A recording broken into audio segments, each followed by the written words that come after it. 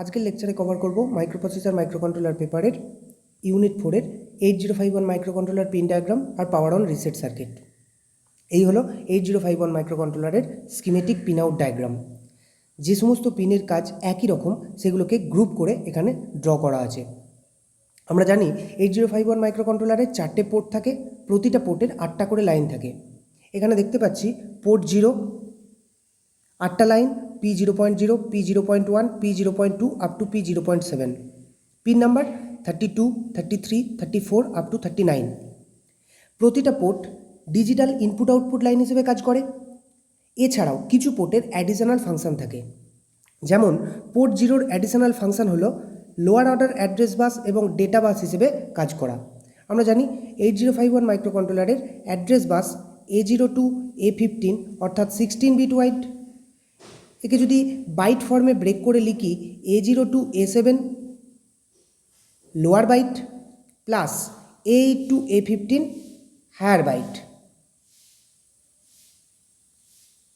Similarly data bus D0 to D7 অর্থাৎ 8 bit wide.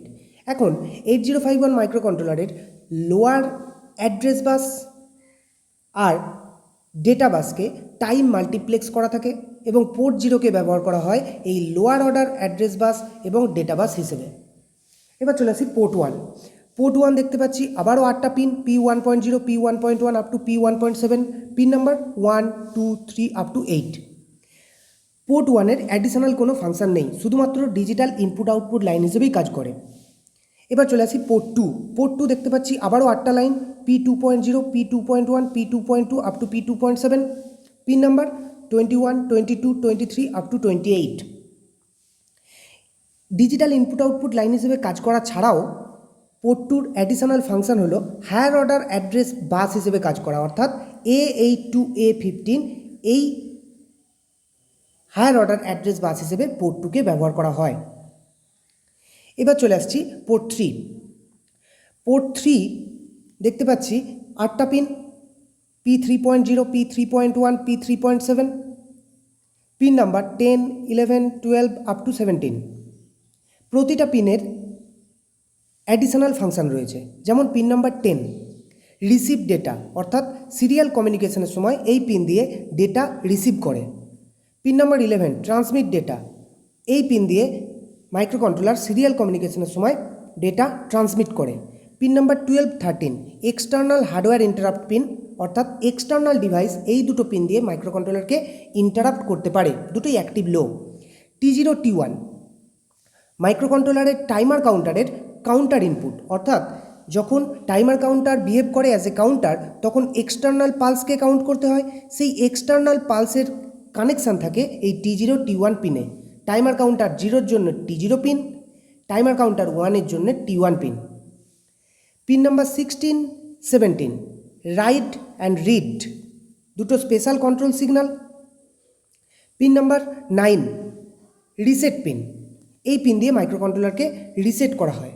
Pin number 31 external access, অর্থাৎ এই pin দিয়ে external programme মেমোরিকে access করা হয়।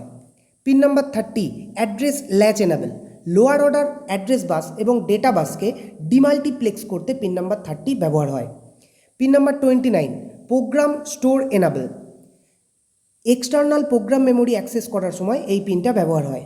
Pin number 18, 19 crystal 1, crystal 2 crystal oscillator connect থাকে এবং তার অ্যাসোসিয়েটেড সার্কিট থাকে এই দুটো পিনে, যেটা লাস্ট লেকচারে ডিসকাস করেছি।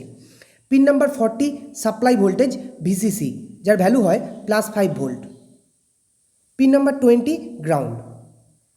সাপ্লাই ভোল্টেজটা সমস্ত পাওয়ার সাপ্লাই করে মাইক্রোকন্ট্রোলারের ইন্টারনাল অপারেশন করার জন্য। আমরা যেমন সারাদিন যা কাজ করি তার এনার্জি পাই, আমরা যা খাবার খাই সেখান থেকে।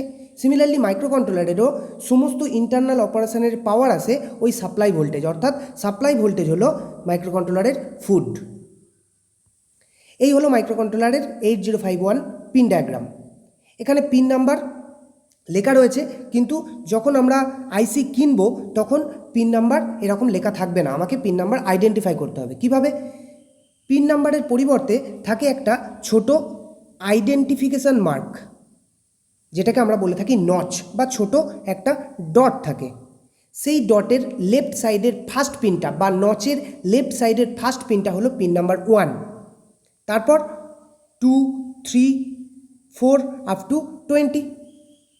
কিন্তু পিন নাম্বার 21 আবার এখানে নয়, পিন নাম্বার 21 হবে 20-র পাশেই, দেন 22, 23 আপ টু 40। 8051 মাইক্রোকন্ট্রোলার 40 পিনের আইসি। এবার প্রতিটা পিনের কাজ দেখব। পিন নাম্বার 1 to 8 আমার পোর্ট 1, যার অ্যাডিশনাল কোনো কাজ নেই, শুধুমাত্র ডিজিটাল ইনপুট আউটপুট লাইন হিসেবেই কাজ করে। পিন নাম্বার 9 রিসেট পিন, মাইক্রোকন্ট্রোলারকে এই পিন দিয়ে রিসেট করে। পিন নাম্বার 10 to 17 হলো আমার পোর্ট 3, যেখানে 8টা লাইন আছে এবং প্রতিটা লাইনের ডিফারেন্ট ফাংশান রয়েছে।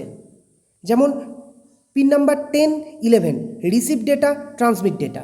Pin number 12, 13 external hardware interrupt. Pin number 14, 15 counter pulse input. Pin number 16, 17 write and read. Pin number 18, 19 crystal connect থাকে এই দুটো পিনে। Pin number 20 ground. Pin number 21 to 28 হলো আমার পোর্ট 2, 8টা পিন থাকে, যেটা হায়ার অর্ডার অ্যাড্রেস বাস হিসেবেও কাজ করে থাকে। Pin number 29 program store enable, external program memory access করার সময় এই পিনটা ব্যবহার হয়। Pin number 30 address latch enable, যেটা লোয়ার অর্ডার অ্যাড্রেস বাস এবং ডেটা বাসকে ডিমাল্টিপ্লেক্স করতে ব্যবহার হয়। এছাড়াও অ্যাডিশনাল এর আরেকটা ফাংশন রয়েছে, সেটা হলো PROG বার, অর্থাৎ প্রোগ্রাম পালস ইনপুট হিসেবেও কাজ করে। Pin number 31 external access. External access EA, যেটা অ্যাক্টিভ লো সিগন্যাল, যেটা এক্সটার্নাল প্রোগ্রাম মেমোরি অ্যাক্সেস করার সময় তার ভ্যালু হয় লো, কিন্তু ইন্টারনাল প্রোগ্রাম মেমোরি অ্যাক্সেস করার সময় এটার ভ্যালু হয় 1। এছাড়াও এই পিনটার আরেকটা অ্যাডিশনাল ফাংশন রয়েছে, সেটা হলো VPP, অর্থাৎ এই পিনে প্রোগ্রামিং করার সময় একটা প্রোগ্রামিং ভোল্টেজ দিতে হয়, যেটার মান জেনারেলি 12 ভোল্ট হয়ে থাকে। পিন নাম্বার 32 to 39 হলো পোর্ট 0, যার অ্যাডিশনাল ফাংশন কি লোয়ার অর্ডার অ্যাড্রেস বাস এবং ডেটা বাস হিসেবে কাজ করে। Pin number 40 supply voltage +5 volt. এই গেল আমার কমপ্লিট পিন ডায়াগ্রাম। এবার চলে আসছি মাইক্রোকন্ট্রোলার রিসেট সার্কিট। 8051 মাইক্রোকন্ট্রোলারের বলেছি পিন নাম্বার 9 দিয়ে মাইক্রোকন্ট্রোলারকে রিসেট করা যায়। রিসেট জিনিসটা হলো আমাদের কম্পিউটার বা মোবাইল রিস্টার্ট করার মতো। এই পিনটা নর্মালি লো, অর্থাৎ নর্মাল যখন মাইক্রোকন্ট্রোলার অপারেট করে তখন এটার ভ্যালু হয় লো, অর্থাৎ 0 ভোল্টেজ, 0 ভোল্ট। কিন্তু যখন রিসেট করব তখন সেটাকে আমাকে হাই করতে হয়। সেই হাইটা কতক্ষণ থাকবে? অ্যাটলিস্ট 2টো মেশিন সাইকেল টাইম আমাকে হাই রাখতে হবে, তবে মাইক্রোকন্ট্রোলার রিসেট হবে। রিসেট হলে কি হয়? রিসেট হলে সমস্ত রেজিস্টার ভ্যালু লস্ট হয়, অর্থাৎ কোনো রেজিস্টার তার প্রিভিয়াস ভ্যালু হোল্ড করে রাখতে পারে না, এবং মাইক্রোকন্ট্রোলার যে প্রোগ্রামটা রান করছিল সেই প্রোগ্রামটার ইনিশিয়াল পজিশানে আবার প্রথম থেকে রান করতে শুরু করে। এখানে টেবিল ফর্মে আমার কিছু লেখা রয়েছে যে রেজিস্টার ভ্যালুগুলো কি হয়। প্রোগ্রাম কাউন্টার হয় 0000 hex, accumulator, register B, program status word সমস্ত হয়ে যায় 00, স্ট্যাক পয়েন্টার হয় একমাত্র 07, ডেটা পয়েন্টার 0000, সমস্ত র্যাম হয়ে যায় 00। এবার পাওয়ার অন রিসেট সার্কিটটা একটু দেখে নেব, এই সার্কিটটা কীভাবে কাজ করে। এই সার্কিটটা দেখার জন্যে আমাকে দেখতে হবে শুধুমাত্র এই লেফট সাইডের এইটুকু সার্কিট। বাকি যে সার্কিটটা রয়েছে অর্থাৎ ক্রিস্টাল অসিলেটর, ক্যাপাসিটার কানেকশান, সেগুলো আমরা অলরেডি ডিসকাস করে দিয়েছি। এখানে দেখতে পাচ্ছি এই সার্কিটটা যদি আলাদা করে ড্র করি, এখানে দেখতে পাচ্ছি কি রয়েছে, সাপ্লাই ভোল্টেজ VCC, ক্যাপাসিটার, তার সাথে রেজিস্ট্যান্স, দেন গ্রাউন্ড। আর এর সাথে দেখতে পাচ্ছি রেজিস্ট্যান্স থেকে কানেক্ট হয়েছে পিন নাম্বার 9 বা রিসেট পিনে। কোথা দিয়ে দেখতে পাচ্ছি? এই যে এইখান দিয়ে কানেক্ট হয়েছে পিন নাম্বার 9-এ, আর তার সাথে রয়েছে গ্রাউন্ড পিন নাম্বার 20। এবার আমি দেখব যে এই রেজিস্ট্যান্সের মধ্যে অর্থাৎ 9 নম্বর পিন বা রিসেট পিনের ভোল্টেজটা কেমন দেখতে হয় উইথ রেসপেক্ট টু টাইম। আমরা জানি ট্রানজিয়েন্ট অ্যানালিসিস থেকে যে সুইচ অন করার সাথে সাথে ক্যাপাসিটারটা বিহেভ করে অ্যাজ এ শর্ট পাথ, সুতরাং পুরো ভিসিসি ভোল্টেজটা রেজিস্ট্যান্সের মধ্যে থাকবে। অর্থাৎ ইনিশিয়ালি যদি আমি পিন নাম্বার 9-এর ভোল্টেজটা বার করি সেটা কত হবে, +5 ভোল্ট বা ভিসিসি। তারপর ক্যাপাসিটারটা চার্জ হতে শুরু করবে, ক্যাপাসিটারের ভোল্টেজ ইনক্রিজ হবে, রেজিস্ট্যান্সের ভোল্টেজ ড্রপ করতে শুরু করবে এবং এক্সপোনেনশিয়ালি ড্রপ করে একটা টাইম পর হয়ে যাবে কত, 0। সুতরাং দেখতে পাচ্ছি যে ইনিশিয়ালি রেজিস্ট্যান্স বা রিসেট পিনের ভোল্টেজটা ইনিশিয়ালি ছিল হাই, জাস্ট কিছুক্ষণ পরেই, খুব অল্প টাইম পরেই এটা হয়ে গেল লো। অর্থাৎ পিন নাম্বার 9-এ একটা হাই টু লো পালস আমি দেখতে পেলাম। এই হাই টু লো পালসটাই মাইক্রোকন্ট্রোলারকে রিসেট করবে। এই সার্কিটটা শুধুমাত্র পাওয়ার অন করার সময়ই কাজ করবে, ওই জন্য একে বলে পাওয়ার অন রিসেট সার্কিট। এছাড়া যদি কেউ মনে করে আমি ম্যানুয়ালি রিসেট করব, সেটাও করা যায়। কি করতে হবে, ক্যাপাসিটারের অ্যাক্রসে একটা পুশ বাটন আমি কানেক্ট করে দেবো, যেমন সার্কিটে দেখা যাচ্ছে। পুশ বাটনটা যখন প্রেস করব তখন ক্যাপাসিটারটা হয়ে যাবে শর্ট, অর্থাৎ পুরো ভিসিসি ভোল্টেজটা রেজিস্ট্যান্সের মধ্যে ড্রপ করবে, অর্থাৎ রেজিস্ট্যান্সের মধ্যে হাই ভোল্টেজ পাবো। যেমনি পুশ বাটনটা রিলিজ করে দেবো, ক্যাপাসিটারটা সার্কিটে চলে আসবে, চার্জিং হতে শুরু করবে এবং রেজিস্ট্যান্সের মধ্যে ভোল্টেজটা ড্রপ করবে। সুতরাং পিন নাম্বার 9-এ আবারও একটা হাই টু লো পালস আগের মতনই দেখতে পাবো। এইভাবে আমি ম্যানুয়ালি পুশ বাটন দিয়ে মাইক্রোকন্ট্রোলার রিসেট করতে পারি। এই স্লাইডে যেগুলো লেখা রয়েছে সেগুলো অলরেডি ডিসকাস হয়ে গেছে। যেমন হলো পোর্ট 0, পোর্ট 1, পোর্ট 2, পোর্ট 3, 4টে পোর্ট। প্রতিটা port general purpose input output line হিসেবে কাজ করতে পারে। এছাড়া 3টে পোর্টের অ্যাডিশনাল ফাংশন রয়েছে, সেগুলো এখানে লেখা রয়েছে। কি কি, পোর্ট 0-র জন্য জানি লোয়ার অর্ডার অ্যাড্রেস বাস আর ডেটা বাস টাইম মাল্টিপ্লেক্স করে ব্যবহার করা হয়। পোর্ট 1-এর কিছু অ্যাডিশনাল ফাংশন নেই। Port 2 higher order address bus হিসেবে কাজ করে। পোর্ট 3-র কিছু স্পেশাল ফাংশন রয়েছে, যেমন serial communication, timer, interrupt pin, read write, এই সমস্ত পিন কাজ করে। তবে একটা জিনিস আমাদেরকে মনে রাখতে হবে, সেটা হলো প্রতিটা পোর্ট ইনপুট আউটপুট হিসেবে কাজ করে এবং বাই ডিরেকশনাল। এবার চলে আসছি পোর্ট 3-র কিছু অল্টারনেট ফাংশন, যেগুলো অলরেডি আমি এক্সপ্লেন করে দিয়েছি, সেটা একটা টেবিল ফর্মে লিখে রাখা আছে।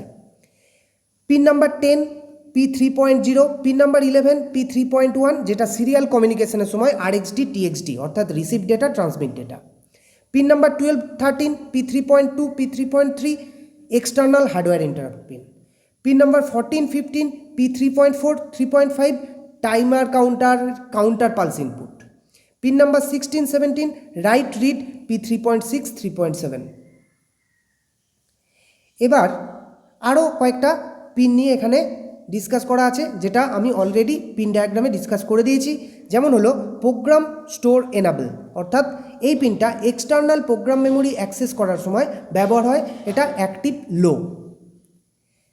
Address latch enable, lower order address bus এবং ডেটা বাসকে ডিমাল্টিপ্লেক্স করতে ব্যবহার হয়।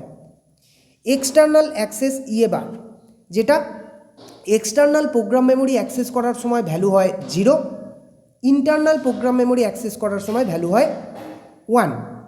রিসিভ ট্রান্সমিট ডেটা, যেটা সিরিয়াল কমিউনিকেশনের সময় ডেটা রিসিভ করতে ট্রান্সমিট করতে ব্যবহার হয়। XTL1 XTL2-তে ক্রিস্টাল কানেক্ট থাকে, VCC +5 ভোল্ট সাপ্লাই। এই রেফারেন্সগুলো আমি জেনারেলি ফলো করেছি এই লেকচারটা প্রিপেয়ার করতে। তোমরা যে কোনো স্ট্যান্ডার্ড বই ফলো করতে পারো। Thank you. যদি কিছু কোশ্চেন থাকে আমাকে ফোন বা মেল করতে পারো।